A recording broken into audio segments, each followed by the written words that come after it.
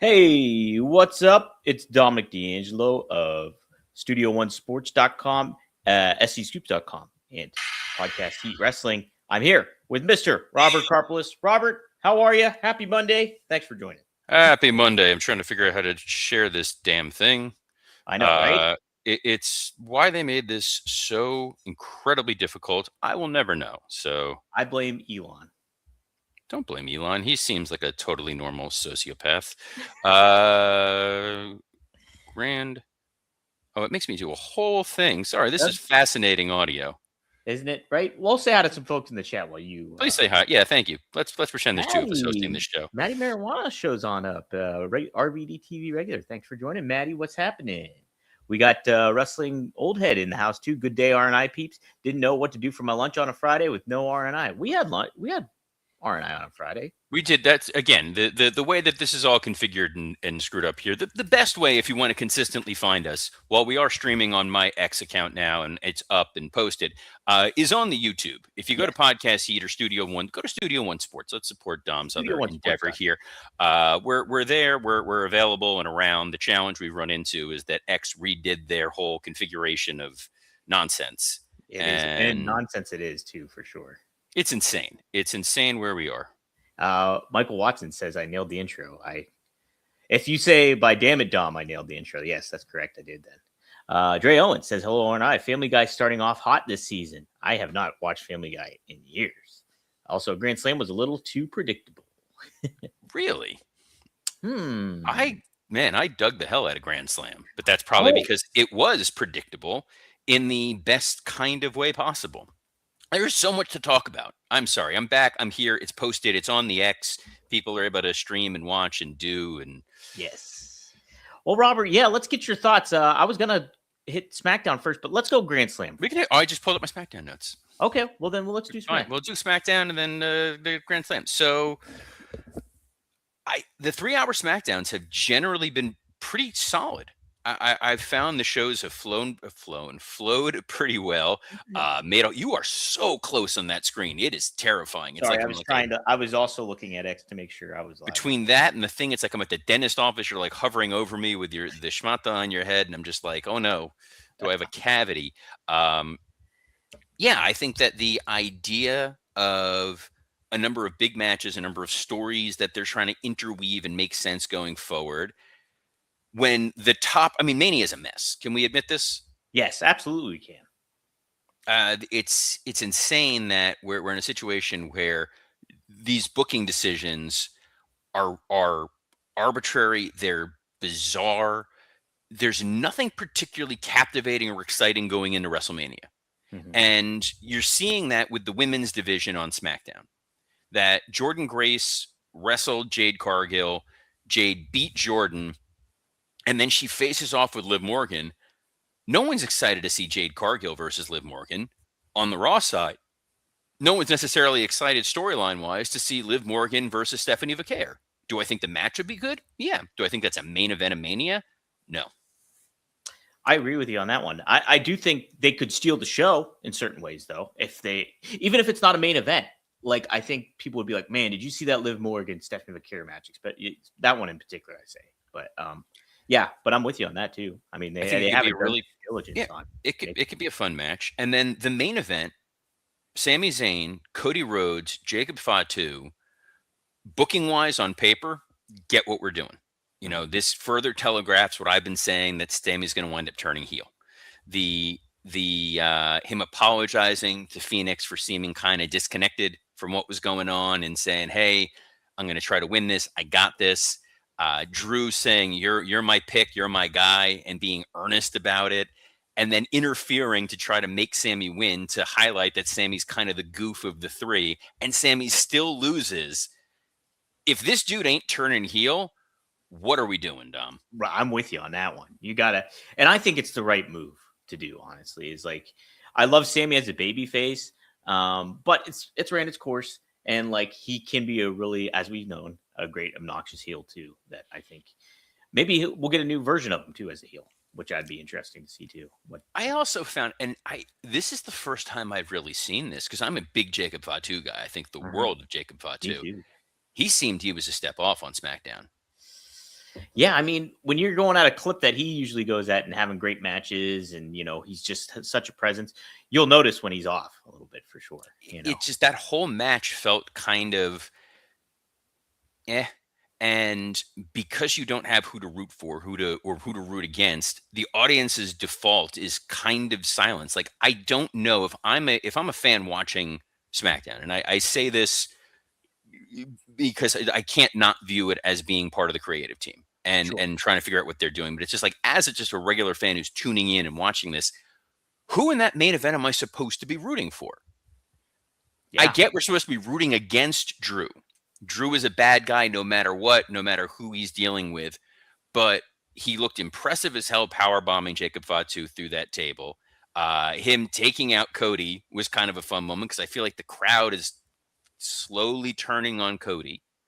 The Raheem stuff notwithstanding, that's its own world of insanity. I'm confused by all that. That's And Sammy swung and missed at Royal Rumble. He Mhm. had all the momentum. He had the sort of the home field advantage, for lack of a better term, and he failed. So, who is your knight in shining armor over on SmackDown as the guy who's going to be able to main event Mania and win in a chamber where it's LA Knight, Randy Orton, and Cody Rhodes? Well, let me ask you this, Robert. If they're turning Sammy heel and like the fans are kind of indicating that, they might be turning on Cody, does it make any sense to turn Cody then at this point? That's And the that's other big that's not just challenge. from a that's not just from a storytelling standpoint, but I also mean from like the marketing and promotional standpoint too. Well, I think that the only reason to have turned Cody heel would have been if you were doing Cody versus Roman to give it a separate feel from what we've seen in the past.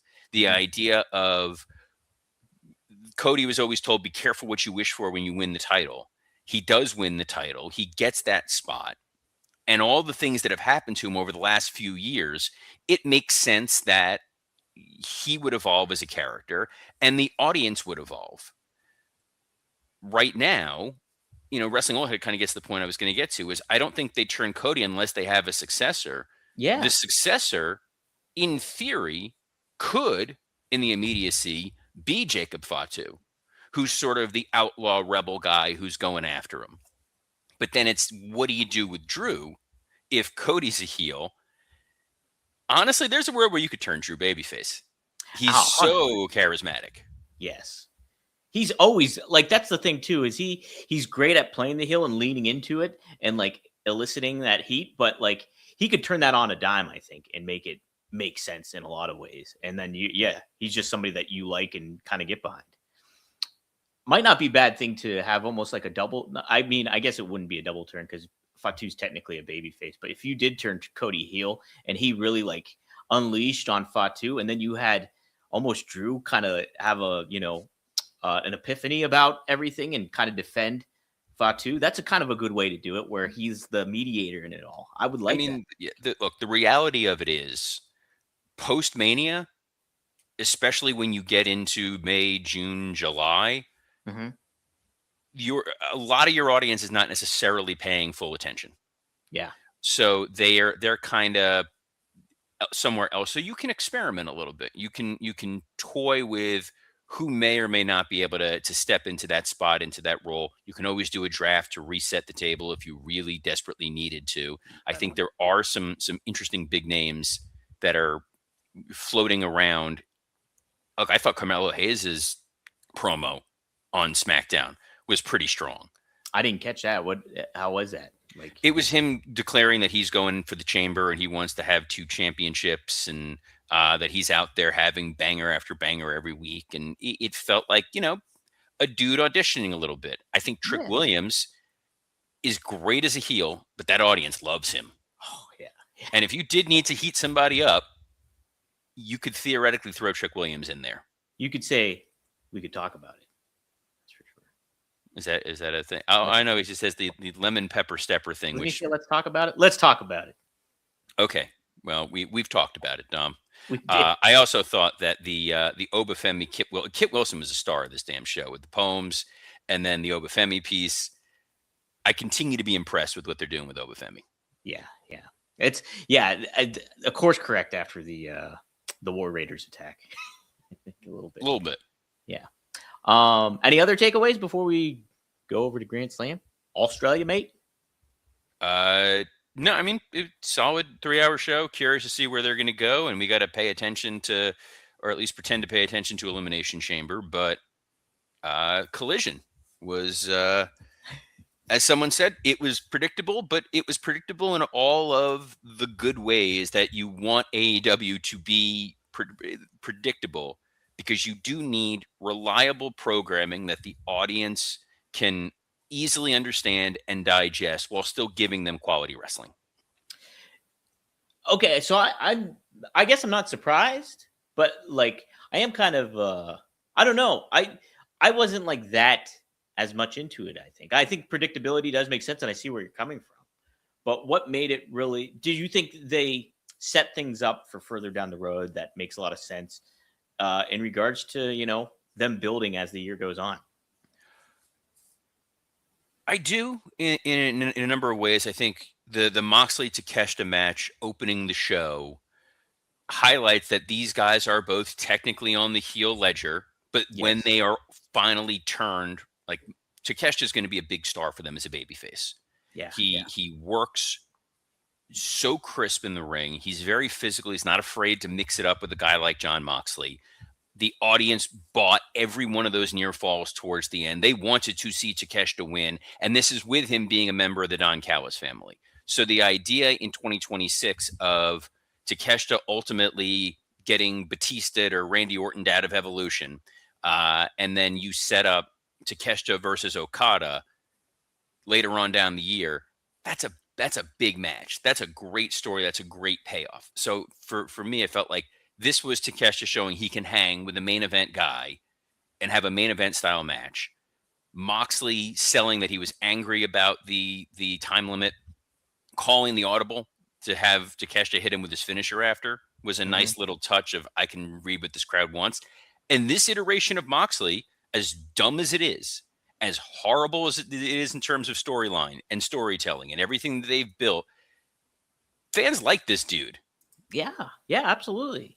I think he's got that connection, and I think he's always kind of had that good baby face connection with the fans, and like so, like if they were doing this heel turn, like if you look back on it, hindsight's 2020 and stuff, but like they could have made it work, but they didn't make it work, and I just don't think it really helped matters for the Death Riders or Moxley in general. So we're getting to see him back in a role that's a little bit more appropriate for him. I like it, and yeah, this was my favorite match of the show. I think was this time limit draw match. It was a great old school time limit draw match.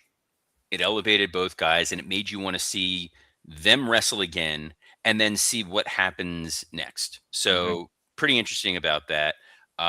Babes of Wrath versus Megan Bayne and Penelope Ford. It was a tag match, obviously hometown. Or home country with Harley Cameron.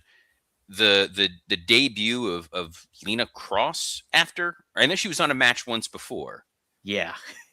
but the moment where she stares at Megan Bayne and she looks taller than Megan Bayne, I was like, all right, that's an interesting decision. Hmm. Yeah, were you okay with them just throwing her out there? Like nobody was familiar with Lena Cross, like aside from Excalibur reminding us about it. But like you have to go back to one match like a year ago. It felt like a little bit of a head scratcher to me. I get what they're doing, but also why do that at that point? Maybe do it on Dynamite instead. I don't know. Perhaps, but big and tall, Hmm. impressive looking. Now a third member of this group. Yeah, Maybe I would have had. And they went and they to be fair, they gave the audience a clean finish, and then she appeared. true. And they pinned Penelope Ford because you can pin Penelope Ford, and who cares? But if you put Lena Cross with Megan Bayne, that's a kind of a wrecking crew for the tag titles. That's an interesting piece right there. Yes, I agree with you on that one. Yeah. So from that end, hey, we got something. We'll Hmm. see. Hangman and Andrade, Hmm. they went for it. They gave that crowd a pay-per-view quality match. Hmm. I liked it too. And I'm like Hangman versus MJF. It's not really But I mean, We'll get to Hangman MJF. I'm okay, just saying for this particular match, the idea that you have Andrade with obviously the plants in the crowd taking the pictures with him, and then Hangman doing it, crowd liked that moment. They were like, it's cheesy, it's stupid, but they liked it. The fact that Don Callis' interference wound up costing Andrade the match, so it wasn't just Hangman beating Andrade clean; it was Hangman doing the low blow, getting the pin in the "I will do whatever it takes to get my title back." It worked. It's not blow your hair away kind of moment, or what we have left of hair, but it was at least, hey, something happened. yeah, yeah. No, and I know we're getting to Hangman versus MJF, but I'm okay with that aspect of it. I think from what you were saying too, it just makes sense, predictable. I think. It's there's predictable and then there's logical. Hmm. And when something is logical, because if the idea was Andrade won, we would have been looking at a heel match next month on pay-per-view. Yeah, yeah. Hmm. That ain't doing anybody any favors. Right. Tony Storm and Orange Cassidy versus Wheeler Yuta and Marina Shafir. It was a let me up match, which is something AEW has been guilty of not doing. Yeah. It gave you a little something different. I don't know how, and maybe it's just like being an old school fan. Like the intergender stuff to me, it's still jarring to see some of that. A little bit, yeah, yeah. Especially if it's a tornado thing, I'm more okay if it's just straight up like you tag in and then you have to tag out the other gender and stuff, and then they go at it. It's just like I'm more for that kind of formula because that kind of does make it a little bit more fun, I think, and understandable. When you're having a tornado and they're all mixing it up, it just makes it a little bit, I don't know, out there, unbelievable a little bit. It's a little too physical. Hmm. For me, I get that obviously a suspension of disbelief, and that's fine, and yada yada yada, and all that.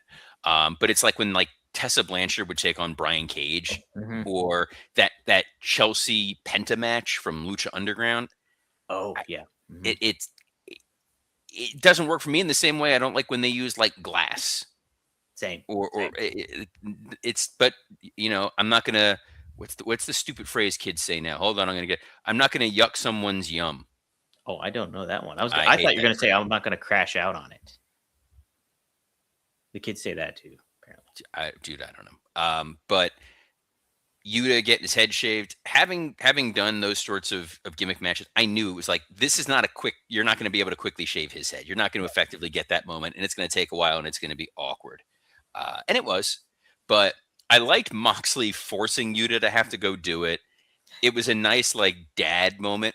Yeah. Hey, you There gotta you live go. up to your word. You're part of the Death Riders. We're honorable. I mean, we did murder Darby like a week ago. Choked Daniel Bryan with a plastic bag. Brian Danielson.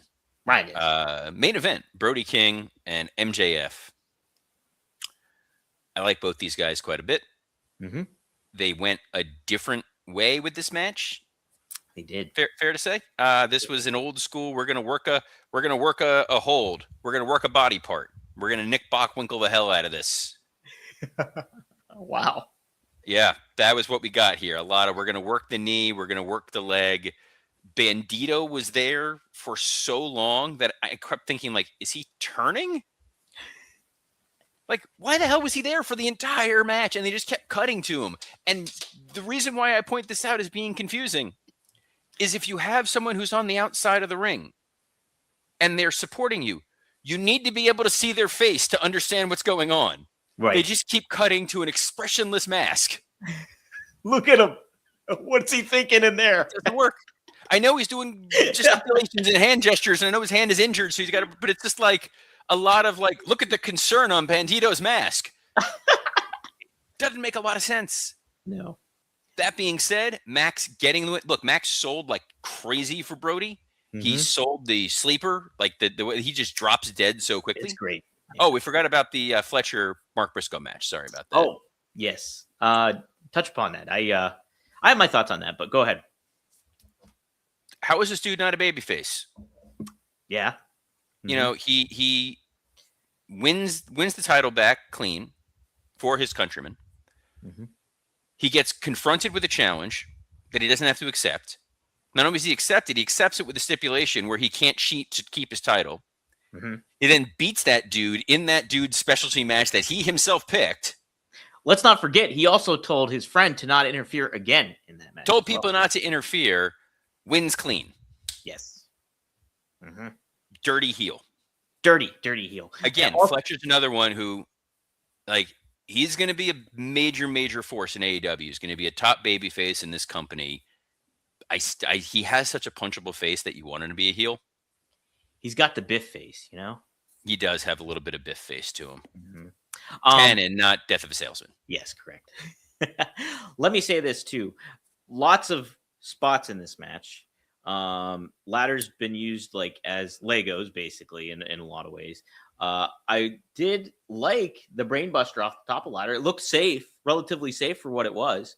But then you don't finish the match with that. There's more to go. And I think it just, in a way, this overstayed its welcome.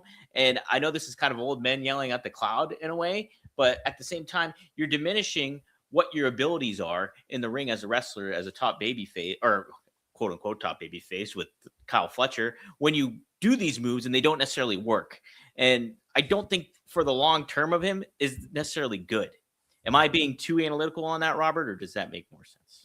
It's how you interpret it, and you're allowed to. I think that's part of it. But at no point we're coming away from the match or the show talking about an overly dangerous spot, True. a use of a weapon that didn't make any sense, too much blood, too many illogical booking decisions. Like Max beat Brody King in the main event, Mm-hmm. barely survives in part because he went after the knee. Yep. And Brody showed on Dynamite, like, you give me a minute, I'm going to beat you. Max kicked out of Brody's finisher. First guy to do that. So Max seems tougher than he did before. He tried to cheat. It got thwarted a couple different times. And in the end, he wins. And now he's got to try to duck Hangman. And now he gets to call Hangman out for winning this title opportunity by cheating.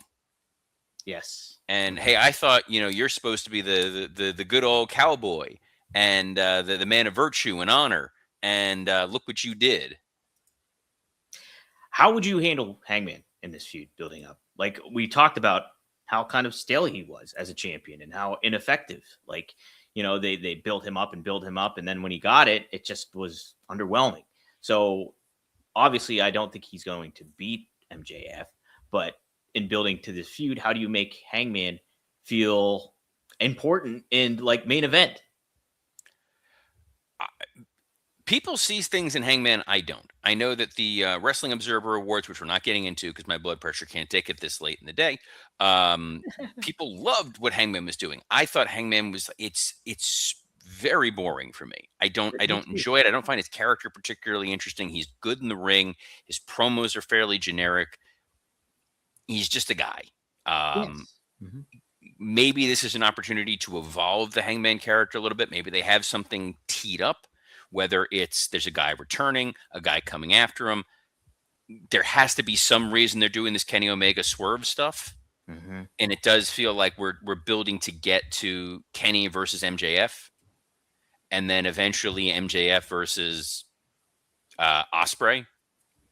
Yeah, and then it's Hangman just the guy floating there waiting for a chance. I don't know. I don't know what they envision. Hopefully it doesn't involve burning somebody's house down. What do you think about the aspect too? Kenny versus Swerve on Dynamite I was shocked. I was like, isn't that a Revolution match?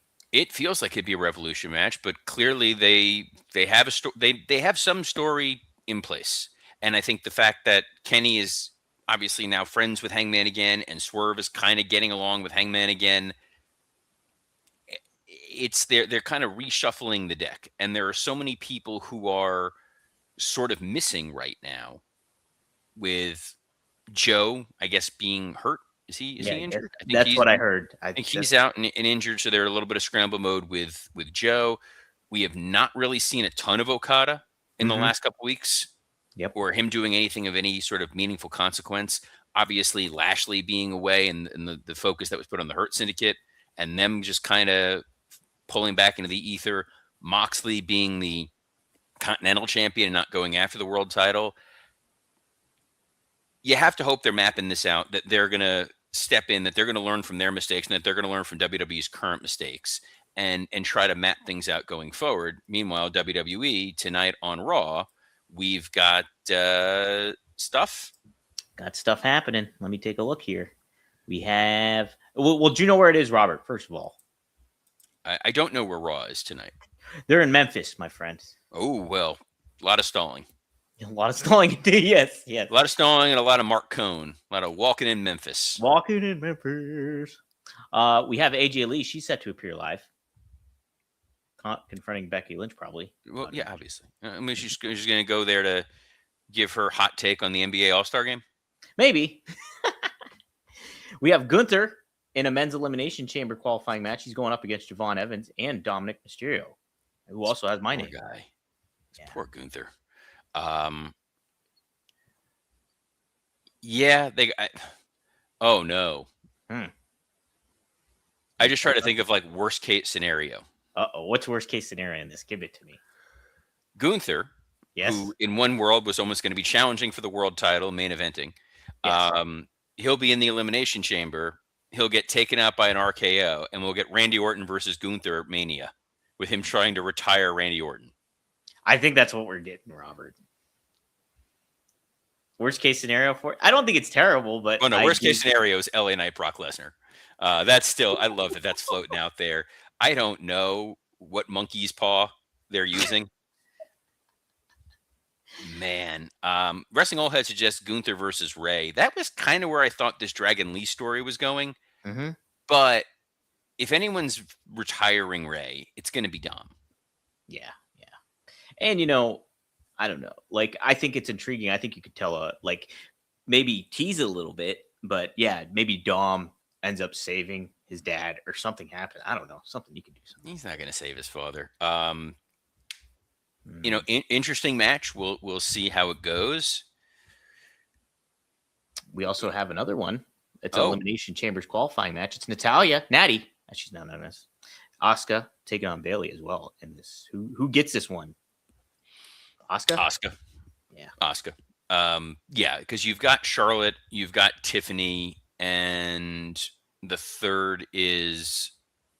Oh no, sorry, it's Tiffany, Alexa, and who's the other? Rhea. You need a heel, so you need Asuka in there. Yeah, that makes sense. Mm-hmm. Well, that's what they have lined up for us here tonight, Robert. So you can have, then you can have Maxine come out, interfere, attack Natty. It's a three-way, whatever. Bayley, loses to Asuka. Maybe Lyra tries to come out and save her, and Kyrie, and then you're furthering all of them being in a big tag match at Mania, which is I keep trying to predict.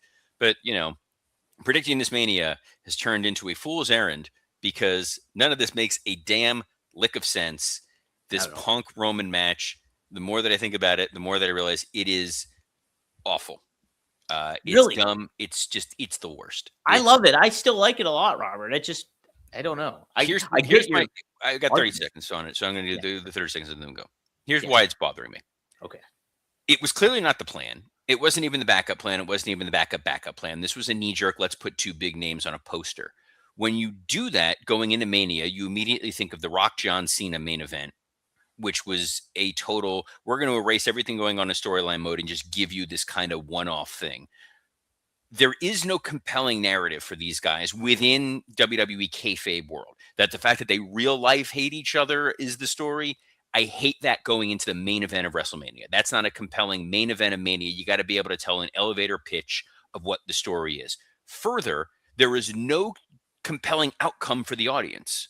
Because if Roman wins, we're not getting the return of Roman Reigns as a week in, week out performer who's going to be defending his title. And guess what? Roman Reigns of 2017 is back. True. So that ain't going to happen. If Punk wins, we already have Old Man Logan CM Punk defending his title every single week. So there's not going to be anything different or exciting the day after. When you have these sort of cold matches where it's the guy wins the Rumble and he's going after the champion. Think Steve Austin going after Shawn Michaels. At least it was, you want to see the top heel lose to an undeniable new star. Mm-hmm.